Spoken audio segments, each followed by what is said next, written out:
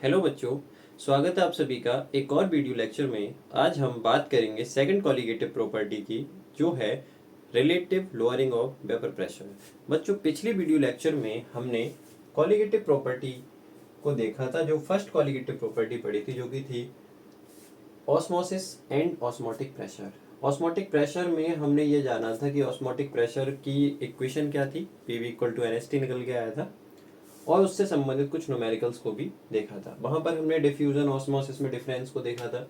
अब हम बात करेंगे सेकंड कॉलिगेटिव प्रॉपर्टी, जो कि है relative lowering of vapour pressure. Topic है relative lowering of vapour pressure. Relative lowering of vapour pressure, ठीक है। ये एक सेक कॉलिगेटिव प्रॉपर्टी है सॉल्यूशन की। और बच्चों, कॉलिगेटिव प्रॉपर्टी की अगर हम बात करें तो कॉलिगेटिव प्रॉपर्टी वे प्रॉपर्टीज होती हैं जो सॉल्यूशन में प्रेजेंट सॉल्यूट के पार्टिकल्स पर या पार्टिकल्स के नंबर पर डिपेंड करती हैं। यहाँ से एक मल्टी चॉइस क्वेश्चन बहुत बनता है कि बिलियन की कॉलिगेटिव प्रॉपर्टी डिपेंड करती हैं, तो किस पर डिपेंड करती हैं?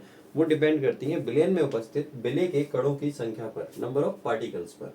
Relative lowering of vapour pressure को हम कहते हैं वाष्प दाब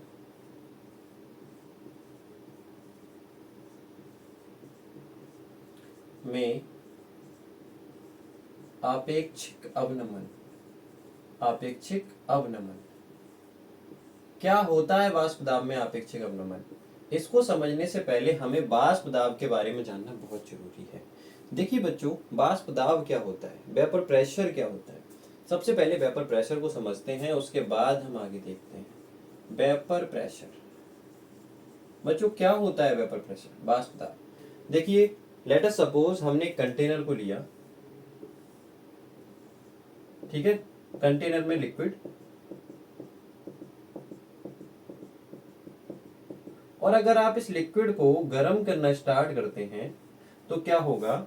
एक ऐसी कंडीशन आएगी, गर्म होते होते ये क्या होने लगेगा? बॉईल होने लगेगा, और ये कौन सी स्टेट में कन्वर्ट होना स्टार्ट हो जाएगा? वेपर स्टेट में। इसकी भाप बनने लगेगी। भाप बनने लगेगी मतलब इस लिक्विड का वेपोरेशन होने लगेगा, ठीक है। अगर वेपोरेशन होगा, ये ओपन कंटेनर है, तो भाप बन के पानी उड़ने लगेगा और उड़ता रहेगा। लेकिन अगर इस बर्तन को ऊपर से बंद कर दिया जाए, किसी भी प्लेट की हेल्प से, किसी भी हेल्प से बंद करके इस पे ऊपर से कोई वेट रख दिया जाए, अगर बंद कर दिया जाए, तो क्या होगा?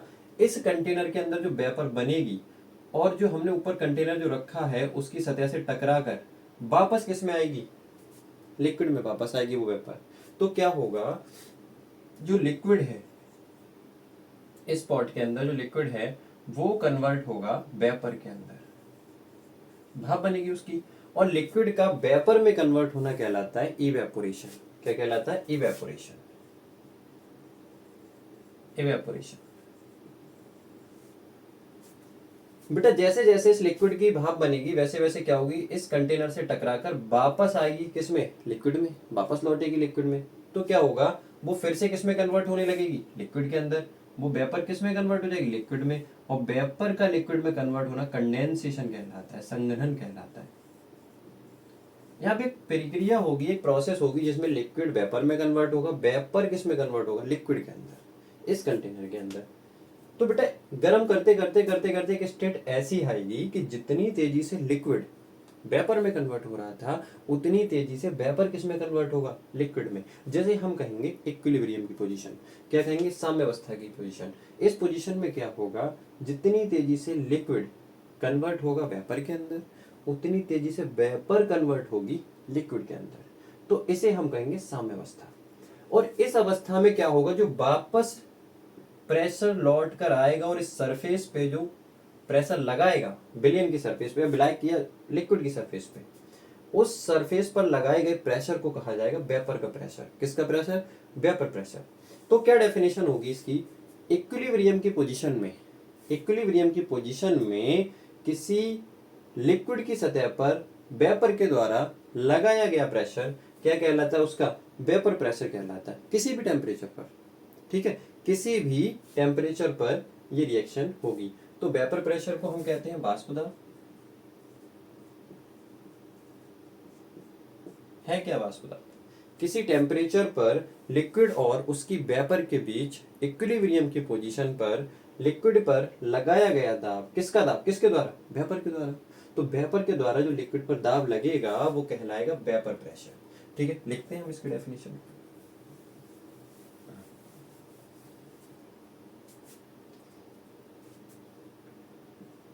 इसकी डेफिनेशन होगी किसी टेम्परेचर पर लिक्विड और उसकी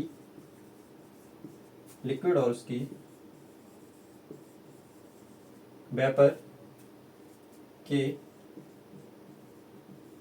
बीच इक्विलिब्रियम में, साम्यावस्था में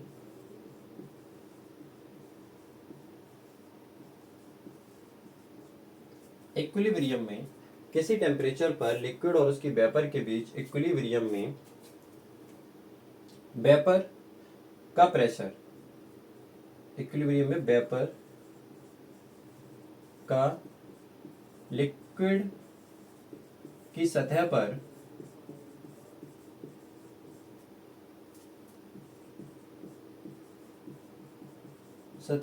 लगाया गया प्रेशर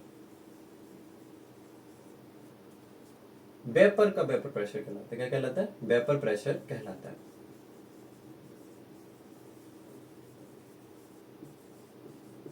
वेपर प्रेशर कहलाता है। होगा क्या? इक्विलिब्रियम की स्टेट कैसे कन्वर्ट होगी?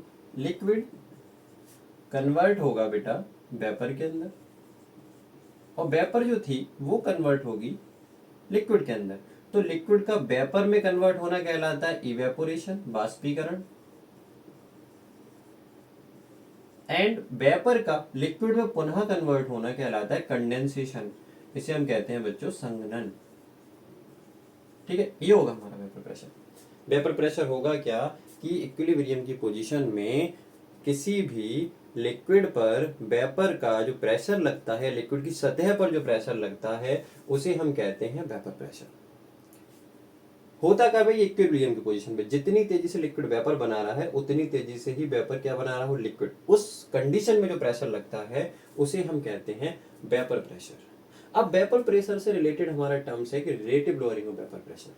तो relative lowering of vapour pressure को समझने से पहले हमें जानना होगा कि वेपर प्रेशर का लोअरिंग क्या है, मतलब वाष्प दाब में अवनमन किसे कहते हैं। आपेक्षिक अवनमन बाद में देखते हैं, पहले हमें यह जानना बहुत जरूरी है कि वाष्प दाब में अवनमन कैसे क्रिएट होता है।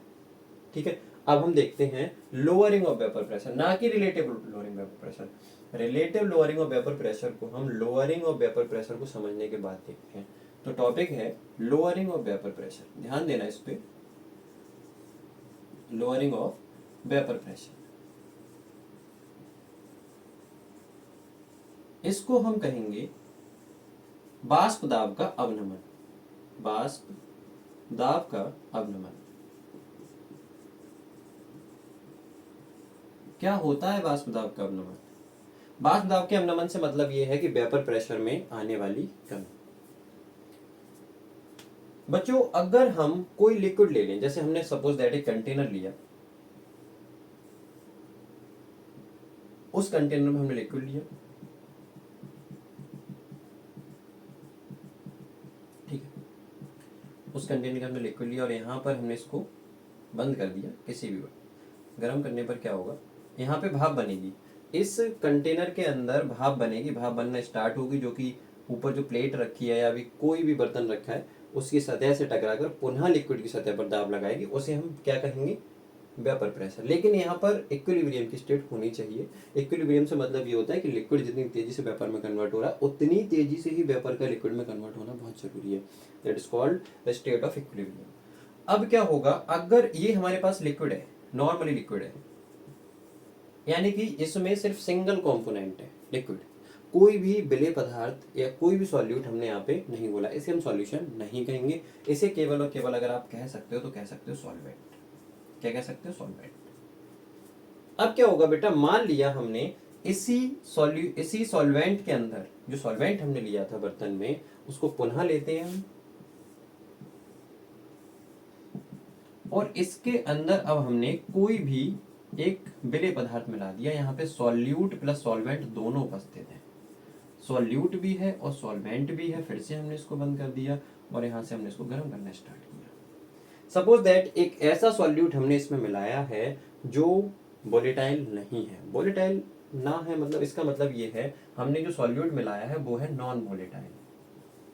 अच्छा, नॉन वोलेटाइल क्या होता है बेटा? नॉन वोलेटाइल सॉल्यूट एक ऐसा सॉल्यूट होता है जिसको गर्म करने पर वो अपनी वेपर स्टेट में कन्वर्ट नहीं होता, उसकी भाप नहीं बना सकते, वो कहलाता है नॉन वोलेटाइल। जैसे ग्लूकोज ले सकते हैं हम, सुक्रोज ले सकते हैं।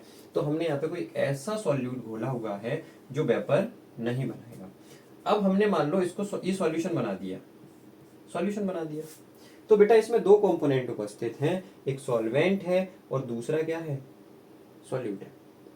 सॉल्वेंट एक ऐसा कंपोनेंट है इसके अंदर, कंटेनर के अंदर, जो कि वेपर बनाता है, ठीक है, जिसकी वेपर बनती है। लेकिन सॉल्यूट जो लिया है हमने वो एक ऐसा कंपोनेंट लिया है यहाँ पर जो वेपर नहीं बनाता है।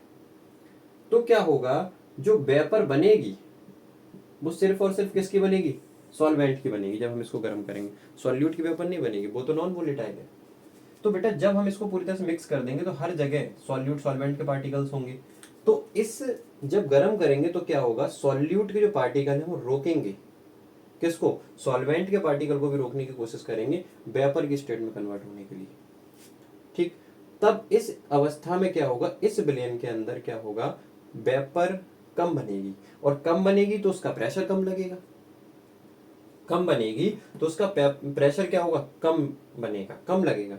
तो यहाँ पर क्या होगा, वेपर प्रेशर जो होगा उसमें कमी आ जाएगी। वेपर प्रेशर पहले जो नॉर्मल सॉल्वेंट था उसकी तुलना में कम हो जाएगा, कम हो जाएगा। तो इसी को हम कहेंगे वाष्प दाब में आने वाली कमी या वेपर प्रेशर में आने वाली लोअरिंग, वाष्प दाब का अवनमन। मान लिया ये जो हमारा नॉर्मल सॉल्वेंट था इसका वेपर प्रेशर हम मानते पी नॉट था, शुद्ध अवस्था में किसी विलायक का वाष्प दाब पी नॉट। और जब हमने इसमें कोई नॉन वोलेटाइल सॉल्यूट घोल दिया या हमने इसको सॉल्यूशन के रूप में क्रिएट कर दिया, तब इसका जो वेपर प्रेशर आएगा निकल के उसको हमने मान लिया पीएस, पीएस। तब आपसे कहा जाए कि lowering of vapour pressure, vapour pressure में कितनी कमी आई, ये कैसे बता सकते हो आप सिंपली पी नॉट में से पीएस को माइनस करो, लोअरिंग ऑफ वेपर प्रेशर आप निकल के आ जाएगा। तो लोअरिंग ऑफ वेपर प्रेशर क्या होगा, लोअरिंग ऑफ वेपर प्रेशर क्या होगा बच्चों, शुद्ध विलायक का वाष्प दाब में से हम माइनस कर देंगे विलयन के वाष्प दाब को, यानी कि P not minus P S. ये क्या होगा, लोअरिंग ऑफ वेपर प्रेशर होगा। ठीक है, ये क्लियर हो गया होगा आपके लिए। अब हम देखते हैं कि relative lowering of vapour pressure क्या है। हमने सबसे पहले वेपर प्रेशर को जाना, उसके बाद लोअरिंग ऑफ वेपर प्रेशर को जाना। अब हमें यह जानना है कि relative lowering of vapour pressure क्या है। तो बच्चों relative lowering of vapour pressure क्या होता है, वाष्प दाब में आने वाली कमी यानी कि P not minus P S, P not minus P S तथा वाष्प दाब में आने वाली कमी तथा शुद्ध विलायक के वाष्प दाब का अनुपात क्या कहलाता है, relative lowering of vapour pressure कहलाता है। ये तो वाष्प दाब में आने वाली कमी है P not minus P S upon शुद्ध विलायक का वाष्प दाब पी नॉट, क्या कहलाता है, relative lowering of vapour pressure कहलाता है। आप पहले इसके स्क्रीनशॉट लीजिए, फिर मैं आपको relative lowering of vapour pressure समझाता हूँ। ठीक है, अब हम देखते हैं relative lowering of vapour pressure. क्या देखते हैं, relative lowering of vapour pressure.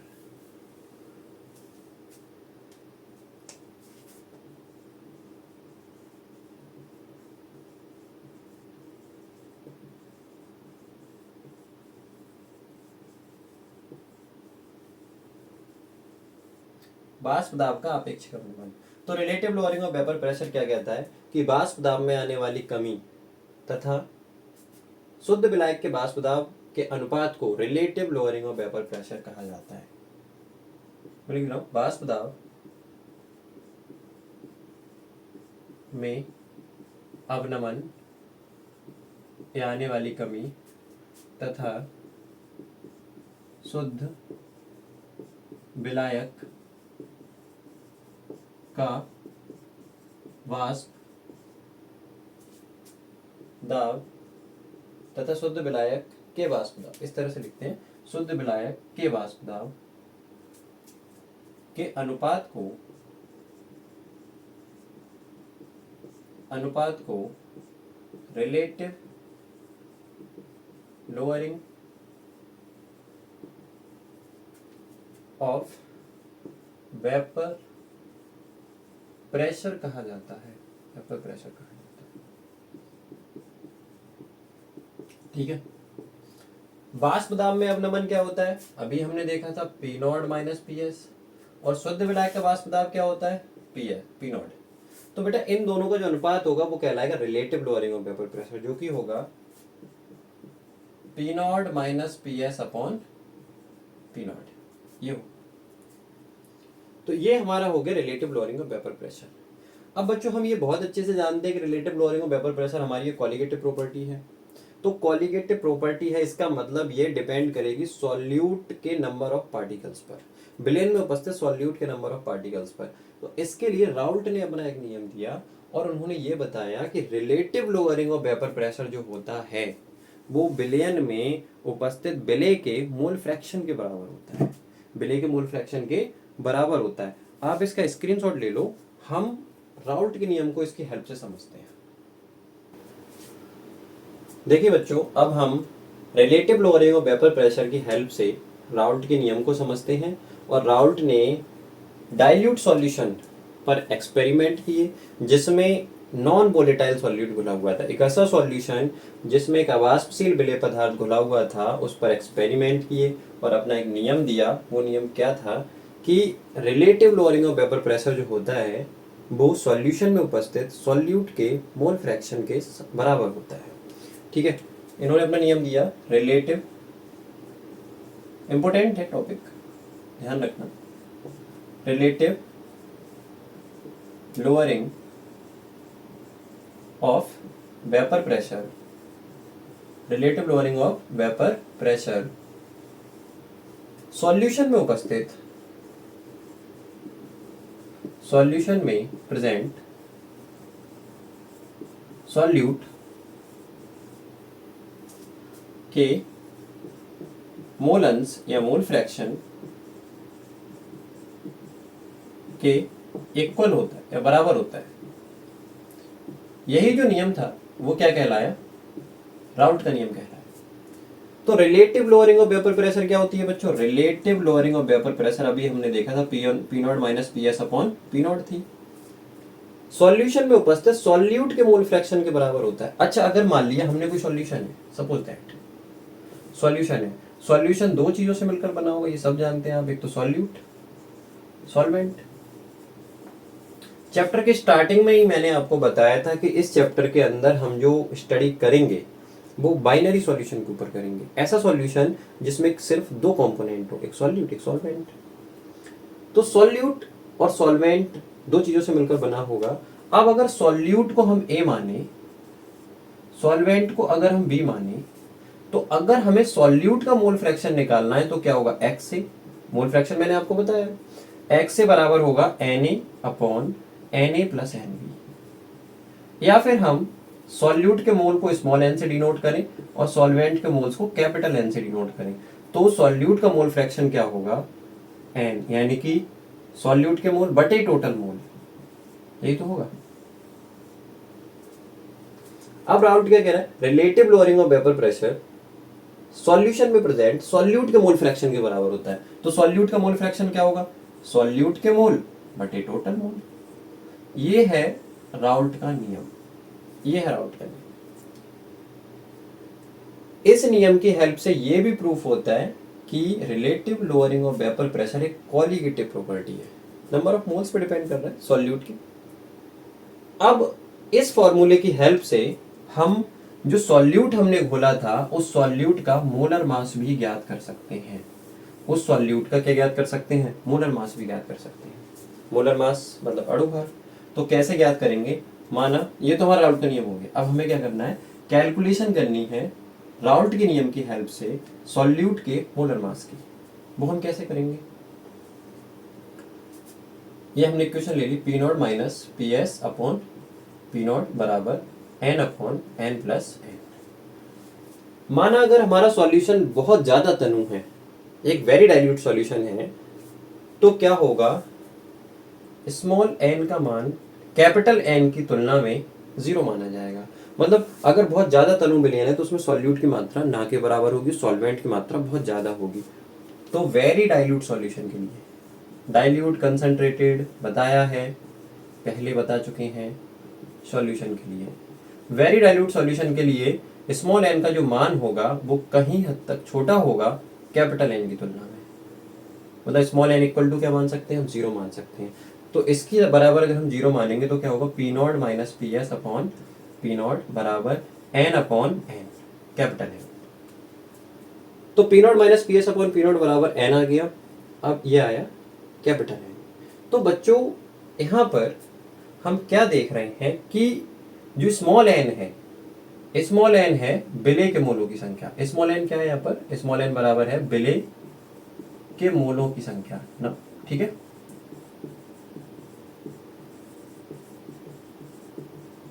Number of moles of solute. और कैपिटल एन विलायक के मोलों की संख्या, विलायक के मोलों की संख्या।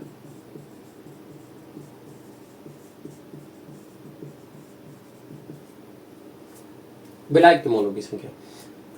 अब हम ये जानते हैं कि मोलों की संख्या बराबर होता है भार बटे अणु भार, यानी कि small N equal to small W by small N M आएगा, विलेय का भार बटे विलेय का अणु भार। कैपिटल एन बराबर क्या होगा, capital W by capital M, विलायक का भार बाई विलायक का अणु भार।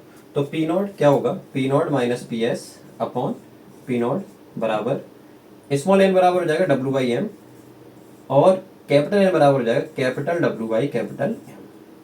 इसकी मल्टीप्लाई इसके साथ, इसकी इसके साथ, यहाँ पे सॉल्व करते हैं इसको। तो हो जाएगा P not minus P S upon P not बराबर इस डब्ल्यू की मल्टीप्लाई एम के साथ, small W into capital M upon small M into capital W. यहाँ पर ये आ गया फॉर्मूला निकल के, और इसकी हेल्प से हम आसानी से क्या निकाल लेंगे, molecular weight of solute. Change कर लेंगे फॉर्मूले में। बच्चों यहाँ पे पी नॉट क्या है, यहाँ पे जो पी नॉट की वैल्यू दे रखी है वो है शुद्ध अवस्था में विलायक का वाष्प दाब। पी एस क्या है, पी एस है सॉल्यूशन का वेपर प्रेशर, सॉल्यूशन का वाष्प दाब।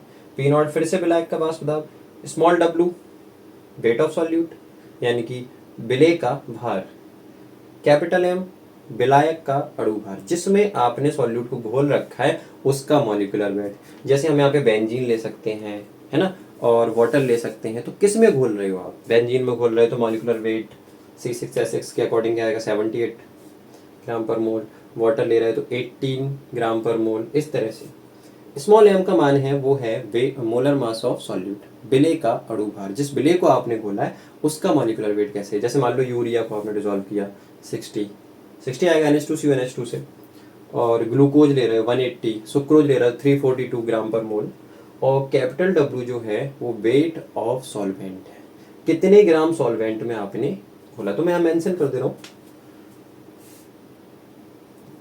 P naught vapour